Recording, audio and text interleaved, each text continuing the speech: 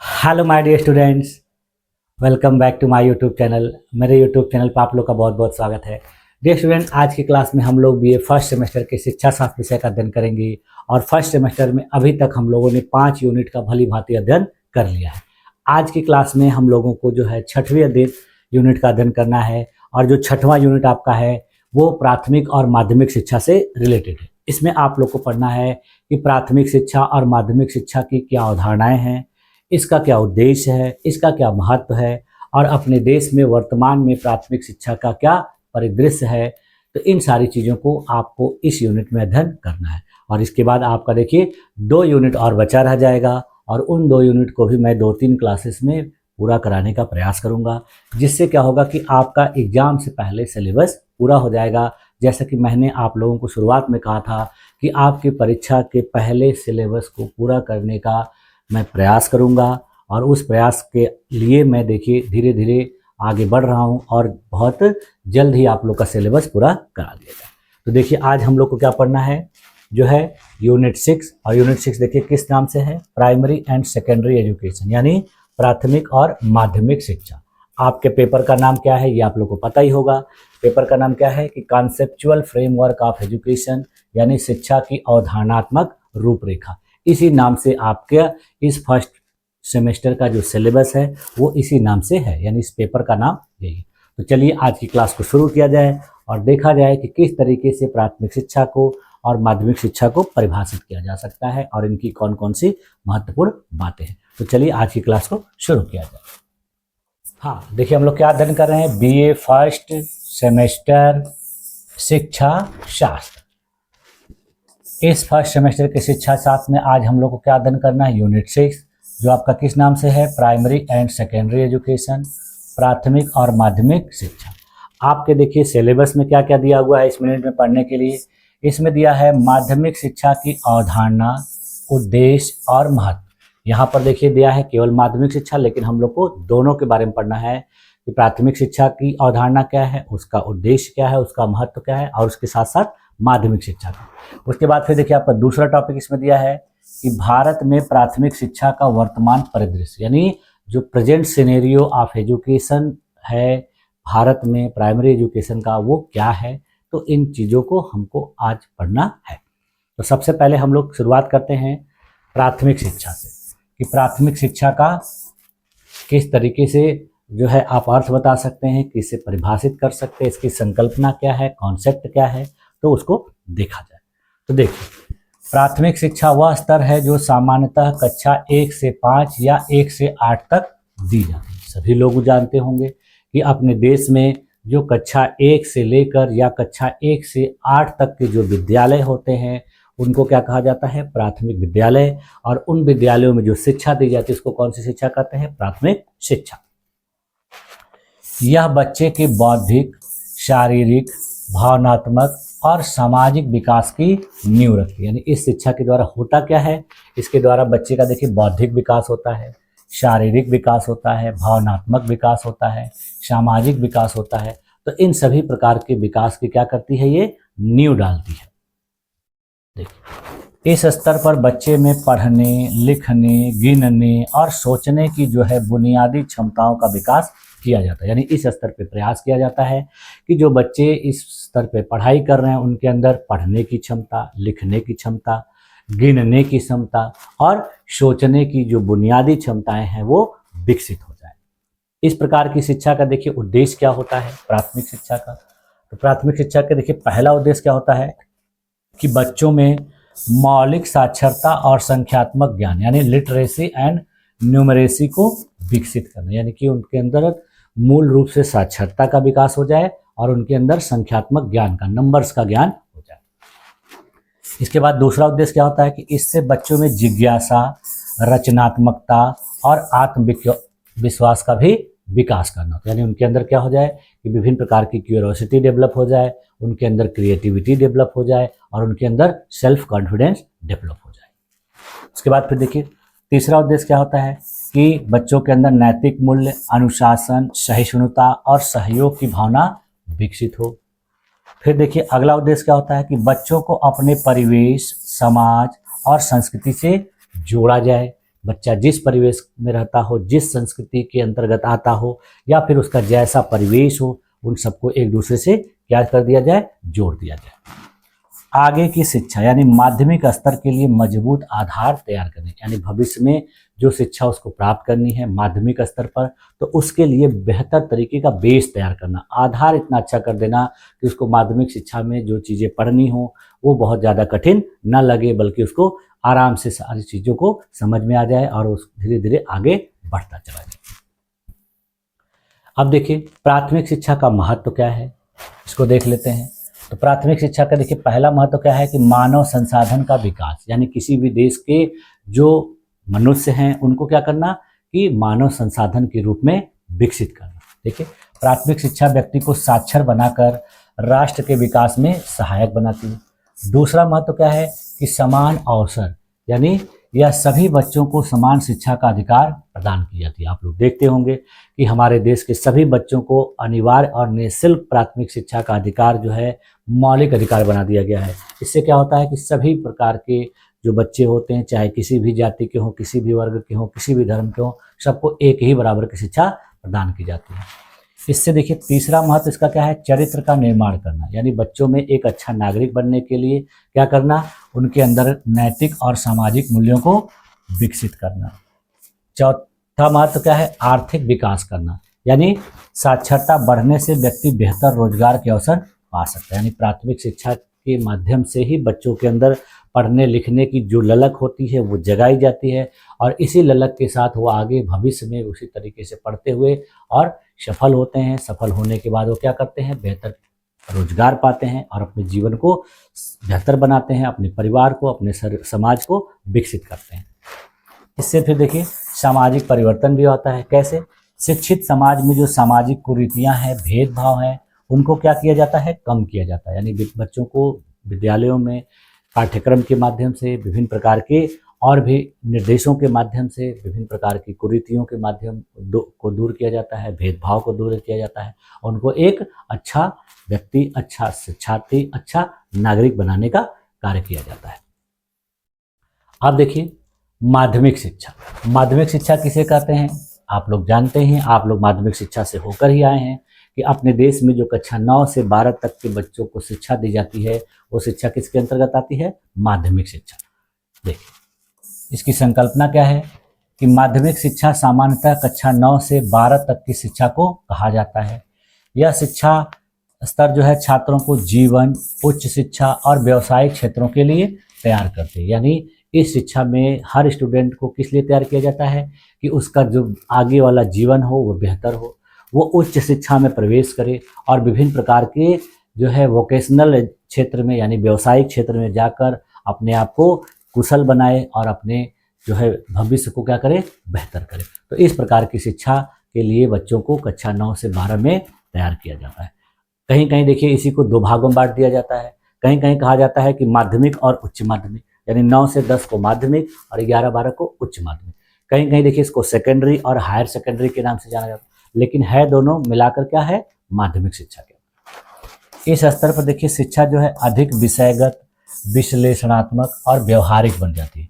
यानी इस स्तर पर जो शिक्षा होती है वो देखिए विषय आधारित हो जाती है, विश्लेषणात्मक हो जाती है और व्यवहारिक हो जाती है, यानी प्रैक्टिकल हो जाती है। इस स्तर पर बच्चे जो कुछ भी सीखते हैं उसका उपयोग अपने व्यवहारिक जीवन में करते हैं। इसका देखिए उद्देश्य क्या होता है माध्यमिक शिक्षा का। माध्यमिक शिक्षा का पहला उद्देश्य होता है कि विद्यार्थियों के अंतर तर्क शक्ति, विश्लेषण क्षमता और निर्णय लेने की योग्यता का विकास करना। दूसरा उद्देश्य क्या क्या होता है कि उनको जीवनोपयोगी कौशल और व्यावसायिक दक्षता प्रदान करना। तीसरा उद्देश्य देखिए क्या होता है, उनके अंदर नागरिकता, जिम्मेदारी, राष्ट्रीय एकता और लोकतांत्रिक मूल्यों की भावना को विकसित करना। फिर देखिए चौथा उद्देश्य क्या होता है कि उनको उच्च शिक्षा के लिए तैयार करना। और पांचवा उद्देश्य क्या होता है कि छात्रों की रुचियों और प्रतिभाओं को पहचानना और उनका विकास करना। तो इस तरीके से इन 5 प्रमुख उद्देश्यों के तहत माध्यमिक शिक्षा कार्य करती है और इसी उद्देश्य से माध्यमिक शिक्षा प्राप्त कराया जाता है, प्राप्त किया जाता है। अब देखिए इसका महत्व क्या है माध्यमिक शिक्षा का, इम्पॉर्टेंस। तो पहला महत्व इसका क्या है कि यह जीवन की दिशा को निर्धारित करती है, यानी किसी भी छात्र को किस दिशा में जाना है, कौन से लक्ष्य को प्राप्त करना है, यहीं पर निर्धारित होता है। बहुत से बच्चे देखिए यहीं पर निर्धारित कर लेते हैं कि हमको मेडिकल क्षेत्र में जाना है, हमको इंजीनियरिंग क्षेत्र में जाना है, हमको सिविल सेवा क्षेत्र में जाना है, हमको शिक्षक बनना है। तो यहीं से बच्चों के जीवन का जो है कैरियर और लक्ष्य निर्धारित होना शुरू हो जाता है और बच्चे फिर इसी से अपने मार्ग को अपने प्राप्त करने का प्रयास करते हैं और उसी क्षेत्र में जाते हैं। इसके बाद फिर देखिए दूसरा महत्व क्या है, राष्ट्रीय विकास, यानी इसके द्वारा कुशल और जिम्मेदार नागरिक तैयार करके राष्ट्र का विकास किया जाता है। तीसरा महत्व क्या है, वैज्ञानिक दृष्टिकोण, यानी छात्रों को विभिन्न प्रकार के पाठ्यक्रम के माध्यम से, अच्छी शिक्षा के माध्यम से उनके अंदर वैज्ञानिक दृष्टिकोण विकसित किया जाता है, जिससे उनमें वैज्ञानिक, तार्किक और आधुनिक सोच का विकास होता है। इसके बाद फिर देखिए छात्रों को आत्मनिर्भर बनाया जाता है, यानी इसमें आत्मनिर्भरता का विकास होता है। विभिन्न प्रकार की देखिए व्यावसायिक शिक्षा के माध्यम से छात्रों को रोजगार प्राप्ति की क्षमता जो है बढ़ती है। आप लोग देखते होंगे कि बहुत से ऐसे स्टूडेंट हैं जो हाई स्कूल कक्षा 10 के बाद जो है ITI वगैरह का कोर्स करते हैं, पॉलिटेक्निक का कोर्स करते हैं। बहुत से ऐसे स्टूडेंट होंगे जिसको आप देखते होंगे कि इंटरमीडिएट करने के बाद पॉलिटेक्निक करते हैं या फिर किसी जो है डिप्लोमा कोर्स को करते हैं। तो ये सब कैसे होता है, इसी स्तर के बाद। इसके बाद फिर देखिए अगला महत्व क्या है, सामाजिक जागरूकता, यानी इस शिक्षा के माध्यम से समाज में जो समस्याएं हैं उनको समझकर, उनको बेहतर तरीके से जानकर उसका समाधान ढूंढने का जो है तरीका सिखाया जाता है, प्रयास किया जाता है, उनसे परिचित कराया जाता है। तो इस तरीके से क्या हो जाती है कि बच्चों के अंदर जो है सामाजिक जागरूकता को विकसित करती है। अब देखिए इन दोनों के बीच में डिफरेंस देख लेते हैं कि दोनों में अंतर क्या है, डिफरेंस एट ए ग्लांस। तो एक तरफ देखिए प्राथमिक शिक्षा, दूसरी तरफ माध्यमिक शिक्षा। ऐसे देखिए अगर आपके एग्जाम में भी प्रश्न पूछा जाए तो आप इस तरीके से लिख सकते हैं। तो पहले देखिए स्तर के आधार पर अंतर क्या है कि यह कक्षा 1 से 5 या 1 से 8 तक होती है। कहीं कहीं विद्यालय जो होते हैं 1 से 5 तक ही होते हैं, कहीं कहीं 1 से 8 तक होते हैं, 2 भागों में बटे होते हैं। लेकिन अब ज़्यादातर देखिए क्या हो जा रहा है कि सरकार के द्वारा कंपोजिट विद्यालय कर दिए जा रहे हैं, यानी कक्षा 1 से 8 तक को क्या किया जा रहा है, एक साथ मिला दिया जा रहा है। पहले क्या होता था कि 1 से 5 अलग होते थे, 6 से 8 अलग होते थे। तो उसमें क्या होता था कि सरकार को विभिन्न प्रकार की समस्याएं आती थी, तो इसीलिए अब सरकार क्या कर रही है कि उनको एकीकृत कंपोजिट बना दे रही है। इसके बाद देखिए माध्यमिक शिक्षा का स्तर क्या होता है, कक्षा 9 से 12। इसका देखिए मुख्य उद्देश्य क्या होता है कि विद्यार्थियों को मौलिक साक्षरता और चरित्र का निर्माण करना। इसका उद्देश्य देखिए क्या होता है, उच्च शिक्षा या व्यवसाय के लिए तैयार करना। इसकी प्रकृति कैसी होती है, यह बुनियादी प्रकार का होता है और सामान्य स्तर की होती है। यहाँ देखिए विषयगत स्तर की होती है और एनालिटिकल होती है, विश्लेषणात्मक होती है। इसका केंद्र बिंदु देखिए क्या होता है कि सर्वांगीण विकास की नींव डालना, यानी किसी भी जैसे मकान को बनाया जाए या किसी चीज़ को तैयार किया जाए तो सबसे पहले उसकी जो बुनियाद तैयार की जाती है। तो ये क्या करती है कि किसी भी विकास के लिए क्या करती है, बुनियाद का काम करती है, नींव का काम। और यह देखिए इसमें क्या होता है, इसमें विशेषीकृत ज्ञान और जीवन कौशल सिखाया जाता है। तो इस तरीके से इन दोनों के बीच में अंतर है। आप देखिए वर्तमान में जो आपका सिलेबस दिया गया है कि वर्तमान में हमारे देश में, भारत में प्राथमिक शिक्षा की क्या स्थिति है, यानी present scenario of primary education in India, वो क्या है। तो देखिए इसको इंट्रोडक्शन के रूप में पहले जान लेते हैं कि प्राथमिक शिक्षा देखिए क्या है कि किसी भी राष्ट्र की शिक्षा प्रणाली की नींव होती है। अभी हम लोगों ने पढ़ा इसको। भारत में प्राथमिक शिक्षा को सार्वभौमिक, निःशुल्क और अनिवार्य बनाने के लिए अनेक प्रयास किए गए हैं, यानी अपने देश में समय समय पर इसको सार्वभौमिक बनाया गया, यानी इसकी पहुंच सभी तक हो। इसके अलावा यह निःशुल्क हो और यह अनिवार्य हो। तो इसके लिए समय समय पर अपने देश के संविधान में, अपने देश की सरकार के द्वारा कई प्रयास किए गए हैं। और उन प्रयासों में देखिए संविधान का जो अनुच्छेद 21 है उसको क्या कर दिया गया है कि 6 से 14 वर्ष तक के बच्चों के लिए अनिवार्य और निःशुल्क शिक्षा प्रदान करने के लिए मौलिक अधिकार के रूप में शामिल कर दिया गया है। देखिए इसके तहत अनिवार्य शिक्षा का अधिकार बनाया गया है और शिक्षा का अधिकार अधिनियम जो है राइट टू एजुकेशन 2009 जो है लागू किया गया, यानी 2009 में शिक्षा को क्या बना दिया गया है, शिक्षा का अधिकार। अब कितने वर्ष के बच्चों के लिए, 6 से 14 वर्ष के उम्र के बच्चों के लिए। तो इस तरीके से देखिए अपने देश की सरकार के द्वारा प्राथमिक शिक्षा के लिए कार्य किए गए। आप देखिए प्राथमिक शिक्षा की वर्तमान स्थिति क्या है, करेंट सिनेरियो क्या है। तो सबसे पहले देखिए प्रवेश और नामांकन के आधार पर देख लेते हैं, यानी एनरोलमेंट एंड एक्सेस। तो देखिए आज भारत में लगभग सभी बच्चे जो है प्राथमिक विद्यालयों तक पहुंच चुके हैं, यानी भारत के लगभग सभी बच्चे जो हैं प्राथमिक विद्यालयों तक पहुंचते हैं और वो प्राथमिक शिक्षा प्राप्त करते हैं। कुछ ऐसे क्षेत्र अभी हैं जहां पर प्राथमिक शिक्षा की पहुंच नहीं हो रही है, लेकिन सरकार का पूरा प्रयास है कि आने वाले कुछ समय में वहां के भी बच्चे प्राथमिक शिक्षा से वंचित नहीं रहेंगे। और ये ऐसे कैसे क्षेत्र हैं, कुछ ऐसे आदिवासी क्षेत्र हैं, जो जंगली क्षेत्र हैं, वही वंचित हैं, नहीं तो और कोई भी ऐसा क्षेत्र नहीं है जो प्राथमिक शिक्षा से वंचित है। उसके बाद देखिए सरकार के द्वारा सर्व शिक्षा अभियान SSA और राष्ट्रीय शिक्षा नीति 2020 यानी NEP 2020 ने नामांकन दर में उल्लेखनीय वृद्धि की है, यानी नामांकन दर में बच्चों के एडमिशन में संख्या में जो है बढ़ोतरी हुई है इन नीतियों के तहत। इसके अलावा देखिए यूनेस्को के द्वारा 2024 की रिपोर्ट में बताया गया है कि भारत में प्राथमिक स्तर पर जो नामांकन है वो 95% से अधिक है, यानी जो नामांकन की दर है, एनरोलमेंट रेशियो है, वो कितनी है 95% से ज़्यादा है, यानी भारत के लगभग सभी बच्चे प्राथमिक शिक्षा प्राप्त करते हैं। उसके बाद फिर देखिए लैंगिक समानता के आधार पर देखिए क्या इसका वर्तमान परिदृश्य है। तो बालिकाओं के नामांकन में देखिए उल्लेखनीय वृद्धि हुई। पहले क्या होता था कि जो बालिकाएं होती थी उनके गार्जियन उनको विद्यालय नहीं भेजा करते थे, या भेजा भी करते थे तो पूरी तरह से शिक्षा प्राप्त नहीं कराते थे, बीच में ही उनको पढ़ाई बंद करवा। लेकिन अब क्या देखा जा रहा है कि इनके नामांकन में जो है वृद्धि जो है उल्लेखनीय तरीके से हो रही है, बढ़ोतरी हो रही है। इसका कारण क्या है कि बेटी बचाओ बेटी पढ़ाओ, कस्तूरबा गांधी बालिका विद्यालय जैसी जो योजनाएं चलाई गई हैं, इसके वजह से ये नामांकन जो है बढ़ रहा है और योजनाएं अपने कार्य में सफल होती दिख रही हैं। इसके बाद फिर देखिए शिक्षा की गुणवत्ता के आधार पर देखिए क्या इसका सिचुएशन है, क्वालिटी ऑफ एजुकेशन। हालांकि देखिए नामांकन दर बढ़ी है, परंतु शिक्षा की जो गुणवत्ता है अब भी एक बड़ी चुनौती है, यानी संख्या तो बढ़ गई है बच्चों की, लेकिन जो क्वालिटी ऑफ एजुकेशन है वो अभी भी चिंताजनक है। बहुत से ऐसे विद्यालय होते हैं जहाँ पे जो प्राथमिक शिक्षक होते हैं वो बच्चों को सही तरीके से नहीं पढ़ाते हैं, या बैठकर आपस में बातें करते हैं। कुछ लोग तो मोबाइल पर गेम खेलते हैं, जो है लूडो खेलते हैं, इस तरीके से करते हैं। तो इसका मतलब क्या है कि गुणवत्ता में अभी भी कमी देखी जाती है। देखिए असर की रिपोर्ट जो 2023 में जारी हुई थी, इसको देखिए कहा जाता है annual status of educational report. तो यह रिपोर्ट जो है 2023 में जारी हुई थी। इसके अनुसार देखिए क्या होता है कि ग्रामीण क्षेत्रों में जो कई बच्चे हैं वो 5वीं कक्षा तक पहुंचने पर भी तीसरी कक्षा के स्तर तक की पढ़ाई नहीं कर पाते। यानी ये रिपोर्ट देखी गई कि जो बच्चे क्लास 5 में पहुंच जाते हैं तो उनकी पढ़ाई की गुणवत्ता उतनी अच्छी नहीं होती, जिससे कि वह क्लास 3 तक के स्तर की चीज़ों को भी अच्छी तरीके से बता सके या जान सके, क्योंकि उनको उस तरीके की शिक्षा नहीं दी जाती। तो ये किस वजह से होता है? विभिन्न प्रकार के जो प्राथमिक विद्यालय हैं वहाँ पर शिक्षकों की लापरवाही की वजह से, शिक्षकों के द्वारा ध्यान न दिए जाने की वजह से। सरकार के स्तर पर पूरा प्रयास किया जाता है। सरकार देखिए प्राथमिक विद्यालयों के जो सरकारी शिक्षक हैं उनको काफ़ी तनख्वाह भी देती है, लेकिन फिर भी इस तरह की लापरवाही देखी जाती है।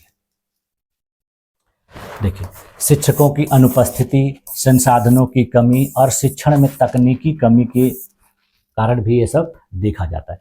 कुछ ऐसे भी शिक्षक होते हैं कि जो देखिए ज़्यादातर अनुपस्थित रहते हैं विद्यालयों में, तो जिससे बच्चों का पढ़ाई का नुकसान होता है।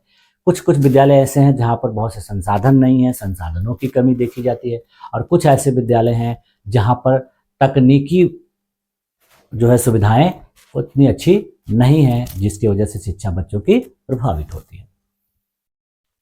उसके बाद फिर देखिए शिक्षकों की स्थिति वर्तमान में किस तरीके से है। तो देखिए प्रशिक्षित शिक्षकों की कमी अभी भी एक समस्या है। बहुत से ऐसे क्षेत्र हैं भारत में जहां पर ट्रेंड टीचर अभी भी उपलब्ध नहीं है, और इस दिशा में देखिए लगातार प्रयास किए जा रहे हैं। अभी देखिए आप लोग देखे होंगे कि अब बिहार राज्य में कितने ज़्यादा शिक्षकों की भर्ती की गई है। तो ये प्राथमिक शिक्षकों की भर्ती करने का कारण यही है कि वहाँ पर अभी भी प्राथमिक शिक्षा में बहुत सा पिछड़ापन था, तो उसको दूर करने के लिए वहाँ की सरकार के द्वारा इस स्तर पर प्रयास किया गया है। कई विद्यालयों में देखिए शिक्षक छात्र जो अनुपात है वो देखिए 1:30 के मानक से अधिक है। कहीं कहीं क्या है कि मानक से अधिक है, और कहीं कहीं क्या है मानक से बहुत कम है।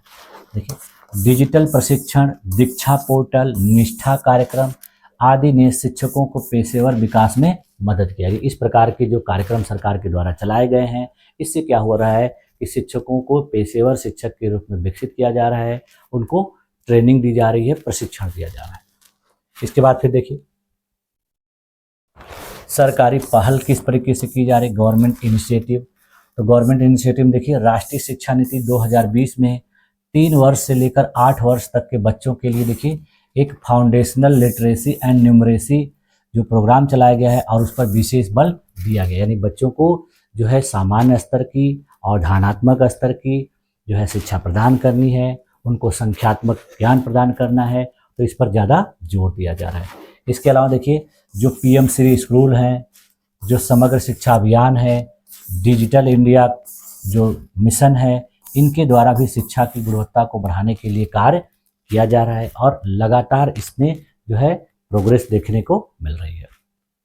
इसके बाद फिर देखिए मध्याह्न भोजन योजना जिसको मिड डे मील स्कीम कहा जाता है, इससे देखिए छात्रों की उपस्थिति भी बढ़ी है विद्यालयों में और उनके पोषण स्तर में भी सुधार किया गया। बहुत से ऐसे बच्चे थे जिनको पोषक तत्वों से भरे भोज्य पदार्थ नहीं मिल पाते थे, तो उसके वजह से वो विद्यालय में नहीं जाते थे। अब कुछ बच्चे जो हैं उसी की लालच की वजह से विद्यालय जाते हैं, तो दोनों उसका काम हो जाता है, वो शिक्षा भी प्राप्त कर लेते हैं और उनको अच्छा भोजन भी प्राप्त हो जाता है।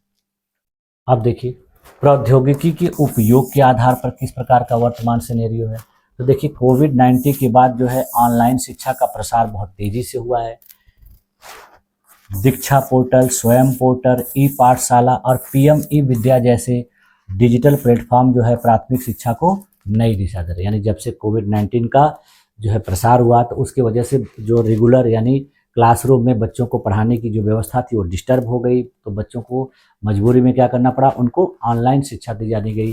तो उसके माध्यम से ये सब विभिन्न प्रकार के जो कार्यक्रम थे, डिजिटल प्लेटफॉर्म्स थे, सरकार के द्वारा शुरू किए गए थे। तो ये अब क्या कर रहे हैं कि बच्चों को नई शिक्षा दे रहे हैं, नई तरीके से उनको कुशल बना रहे हैं। तो ये भी जो है अपने देश की प्राथमिक शिक्षा में बहुत महत्वपूर्ण योगदान दे रहे हैं।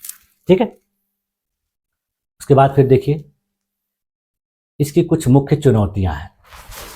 मेजर चैलेंज देखिए क्या है कि शिक्षा की जो गुणवत्ता है उसमें क्षेत्रीय असमानता देखने को मिलती है। कई ऐसे क्षेत्र हैं जहाँ पर गुणवत्ता बहुत अच्छी है और कई ऐसे क्षेत्र हैं जहाँ पर गुणवत्ता बहुत खराब है। तो इस तरह से क्या देखी जा रही है, असमानता देखी जा रही है। ग्रामीण और शहरी क्षेत्रों में संसाधनों की कमी है। देखिए बहुत से ऐसे ग्रामीण क्षेत्र हैं जहाँ पर शहरी क्षेत्रों की अपेक्षा संसाधनों की कमी है। कुछ ऐसे शहरी क्षेत्र भी हैं जहाँ पर संसाधनों की कमी देखी जाती है। इसके अलावा देखिए डिजिटल विभाजन यानी डिजिटल डिवाइड की समस्या भी देखी जाती है। तकनीकी साधनों की कमी देखी जाती है। बहुत से ऐसे ग्रामीण क्षेत्र हैं जहाँ पर बिजली की व्यवस्था नहीं है, तो उसके वजह से वहाँ पर तकनीकी सुविधाएं उपलब्ध नहीं कराई जा सक रही हैं। शिक्षक प्रशिक्षण और प्रेरणा का अभाव है। बेहतर तरीके से शिक्षकों का प्रशिक्षण भी नहीं हो पा रहा है और उनको अच्छे तरीके से प्रेरणा भी नहीं दी जाती। बहुत से ऐसे शिक्षक भी होते हैं जो देखिए क्या होते हैं कि शिक्षा के जो कोर्स होते हैं उसमें एडमिशन करा तो लेते हैं, लेकिन वो ना तो वहाँ पर प्रशिक्षण लेने जाते हैं, ना उनकी उसमें रुचि रहती है। वो घर से ही बैठे बैठे अपनी डिग्री या सर्टिफिकेट प्राप्त कर लेते हैं, तो उनके अंदर किसी भी प्रकार के कौशल का विकास नहीं हो पाता है। इसके अलावा देखिए बाल श्रम, गरीबी और सामाजिक असमानता के कारण जो स्कूल छोड़ने की प्रवृत्ति है वो भी देखने को मिलती है। बहुत से ऐसे बच्चे हैं जो गरीब परिवार से रिलेटेड होते हैं, तो उनको कम उम्र में ही किसी न किसी काम में, किसी न किसी रोजगार में लग जाना होता है, जिसकी वजह से उनको विद्यालय छोड़ना पड़ता है। उसके अलावा देखिए कुछ सामाजिक असमानता की वजह से भी बच्चों को विद्यालय छोड़ना पड़ता है। तो इस तरीके से देखिए प्राथमिक शिक्षा के क्षेत्र में विभिन्न प्रकार की चुनौतियां, अगर इन चुनौतियों को सही तरीके से दूर कर दिया जाए तो अपने देश की जो प्राथमिक शिक्षा है वो काफ़ी बेहतर हो जाए। ठीक, अब देखिए इसका कंक्लूजन क्या आ रहा है, निष्कर्ष क्या निकल के आ रहा है, उपसंहार क्या निकल के आ रहा है कि भारत में जो प्राथमिक शिक्षा है इसने पिछले दशकों में सर्वसुलभता यानी यूनिवर्सल एक्सेस के क्षेत्र में बड़ी प्रगति की है। यानी ये धीरे धीरे क्या हो सब तक पहुँच चुकी है, परंतु अब जो चुनौती है वो क्वालिटी और सीखने के परिणाम को सुधारने की, यानी शिक्षा की जो पहुंच है वो लगभग सब तक तो हो गई है। अब इसमें सुधार क्या करना है कि गुणवत्ता में सुधार करना है और जो सीखने का परिणाम यानी लर्निंग आउटकम है उसको बेहतर करना है। राष्ट्रीय शिक्षा नीति 2020 और फाउंडेशनल लिटरेसी मिशन यानी निपुण भारत मिशन जैसे प्रयास भारत को गुणवत्तापूर्ण और समावेशी प्राथमिक शिक्षा की दिशा में आगे बढ़ा रहे हैं। अगर इस तरीके से कुछ समय तक चलता रहा तो अपने देश में प्राथमिक शिक्षा की स्थिति बेहतर हो सकती है। ठीक है, तो इस तरीके से देखिए आज की क्लास में हम लोगों ने आपके छठे यूनिट में प्राथमिक शिक्षा और माध्यमिक शिक्षा के बारे में अच्छे ढंग से बेहतर तरीके से समझने का प्रयास किया और उसको अध्ययन किया। और आज की क्लास में यहीं तक रखा जाए। इसके बाद फिर देखिए हम लोग आपका जो है 7वां यूनिट अध्ययन करेंगे नेक्स्ट क्लास में। अगर किसी भी स्टूडेंट को इस यूनिट में कहीं भी किसी भी पार्ट में समझने में कोई समस्या हो तो मुझे कमेंट करके पूछ सकता है, मैं उसकी पूरी मदद करूँगा। तो मुझे उम्मीद है कि आप लोगों की सारी चीज़ें अच्छे तरीके से समझ में आ गई होंगी और आप लोगों ने मेरी इस क्लास में अपने आप को इतनी देर तक इतने धैर्यपूर्वक बनाए रखा, इसके लिए आप लोग का बहुत बहुत धन्यवाद। मिलते हैं नेक्स्ट क्लास में, तब तक के लिए थैंक यू।